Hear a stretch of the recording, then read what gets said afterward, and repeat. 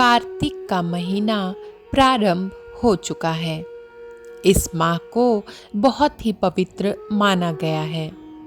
इस माह में ही भगवान विष्णु अपनी योग निद्रा से जाग जाते हैं और तब सभी तरह के मांगलिक कार्य प्रारंभ हो जाते हैं। इसी कार्तिक मास में दीपावली का महापर्व आता है।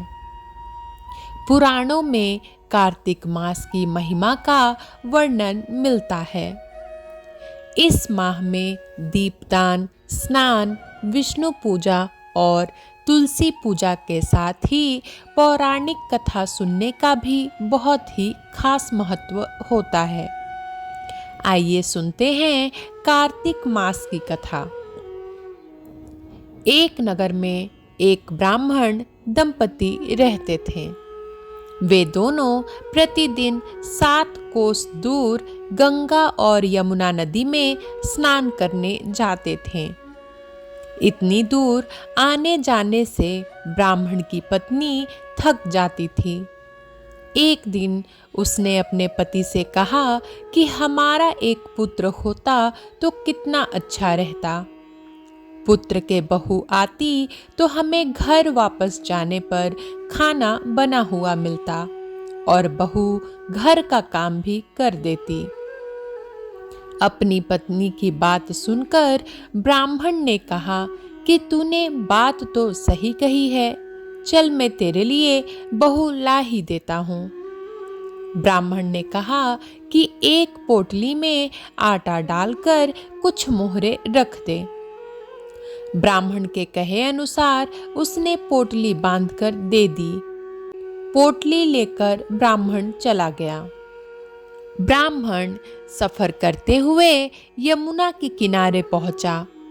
वहां बहुत ही सुंदर लड़कियां दिखाई दी। वे रेत में घर बनाकर खेल रही थीं। उनमें से एक लड़की ने कहा कि मैं अपना घर नहीं बिगाड़ूंगी, मुझे तो रहने के लिए ये घर चाहिए।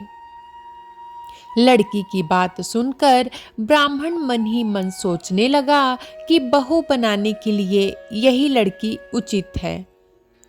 जब वह लड़की जाने लगी तो ब्राह्मण भी उसके पीछे पीछे उसके घर तक चला गया। वहां जाकर ब्राह्मण ने उस लड़की से कहा, बेटी, कार्तिक मास चल रहा है, इसलिए मैं किसी के घर खाना नहीं खाता। मैं अपने साथ आटा लेकर आया हूँ। तुम अपनी माता से पूछो कि क्या वह मेरे लिए आटा छानकर 4 रोटी बना देंगी। यदि वह मेरा आटा छानकर रोटी बनाएंगी तो ही मैं रोटी खाऊंगा। लड़की ने जाकर अपनी माँ को ये सारी बात बताई। माँ ने कहा, उचित है, जाकर ब्राह्मण देव से कह दो कि वह अपना आटा दे दें और मैं रोटी बना दूंगी। जब वह आटा छानने लगी तो आटे में से मोहरे निकले। वह सोचने लगी कि जिसके आटे में इतनी मोहरे हैं उसके घर में कितनी मोहरे होंगी। जब ब्राह्मण खाना खाने बैठे तो लड़की की माँ ने उस ब्राह्मण से पूछा, क्या आपका कोई लड़का है और क्या आप उस लड़के की सगाई करने जा रहे हो? यह सुनकर ब्राह्मण ने कहा कि मेरा लड़का तो काशी में पढ़ने गया हुआ है, लेकिन यदि तुम कहो तो खांड कटोरे से विवाह करके तेरी बेटी को अपने साथ ले जाऊं। लड़की की माँ ने कहा, ठीक है ब्राह्मण देव। इस पर लड़की की माँ ने लड़की की खांड कटोरे से शादी करके ब्राह्मण के साथ भेज दिया। ब्राह्मण ने घर आकर कहा, रामू की माँ, दरवाजा खोलकर देख, मैं तेरे लिए बहू लेकर आया हूँ। ब्राह्मण की पत्नी भीतर से ही बोली, हमारे तो कोई बेटा बेटी नहीं है तो बहू कहाँ से आई? दुनिया ताने मारती थी, अब आप भी मारने लगे। ब्राह्मण ने कहा, तू दरवाजा खोल कर तो देख। जब ब्राह्मणी ने दरवाजा खोला तो सामने बहू को खड़ी देखा। उसने बहू का स्वागत किया और आदर सत्कार से अंदर ले गई।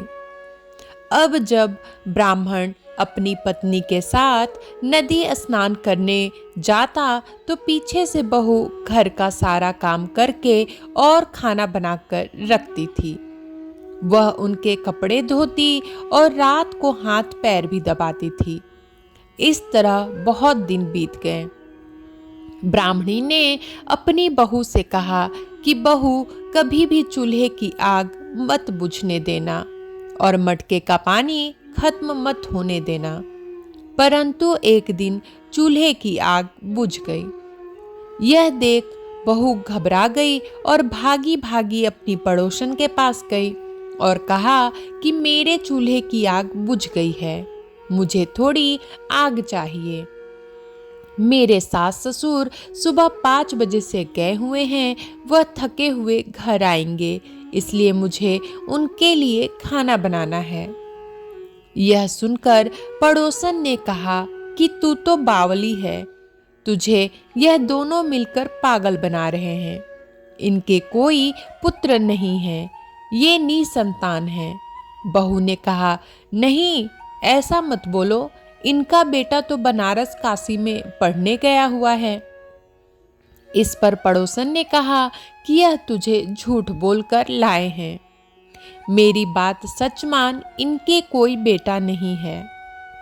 अब बहू पड़ोसन की बातों में आ गई और कहने लगी कि अब आप ही बताओ मैं क्या करूं। पड़ोसन ने कहा कि करना क्या है, जब तुम्हारे सास ससुर आए तो जली हुई रोटियां बनाकर देना और बिना नमक की दाल बनाकर देना। खीर की कड़छी दाल में और दाल की कड़छी खीर में डाल देना। पड़ोसन ने उसे अच्छे से सिखा पढ़ा दिया। फिर जब उसके साथ सास ससुर घर आए, उसने ना तो उनका आदर सत्कार किया, ना ही उनके कपड़े धोए। जब उसने सास ससुर को खाना दिया तो सास बोली, बहू, आज ये रोटियां जली हुई क्यों हैं और दाल भी अलूनी है। तब बहू ने पलट कर कहा कि एक दिन ऐसा खाना खा लोगे तो कुछ बिगड़ नहीं जाएगा तुम्हारा। सास ससुर को खरी खोटी सुनाकर वह फिर से पड़ोसन के पास गई और बोला कि अब आगे क्या करना है। पड़ोसन ने कहा कि अब तुम सातों कोठों की चाबी मांग लेना। अगले दिन जब सास ससुर स्नान करने के लिए जाने लगे तो बहू अड़ गई कि मुझे तो सातों कोठों की चाबी चाहिए। तब ससुर ने कहा कि इसे चाबी दे दो। तब सास ने बहू को चाबी दे दी। सास ससुर के जाने के बाद जब बहू ने दरवाजे खोले तो देखा कि किसी में अन्न भरा है, किसी में धन भरा है और किसी कोठे में बर्तन पड़े हैं। जब उसने सबसे ऊपर का 7वां कोठा खोला तो देखा कि शिव जी, पार्वती माता, गणेश जी, लक्ष्मी माता जी, पीपल पथवारी, कार्तिक के ठाकुर, राय दामोदर, तुलसी जी का बिड़वा, गंगा यमुना और 33 कोटि देवी देवता विराजमान हैं। वहीं पर एक लड़का चंदन की चौकी पर बैठा माला जप रहा है। यह सब देखकर उसने लड़के से पूछा कि तुम कौन हो। तब लड़का बोला कि मैं तेरा पति हूँ। अभी दरवाजा बंद कर दे, जब मेरे माता पिता आएंगे तब दरवाजा खोलना।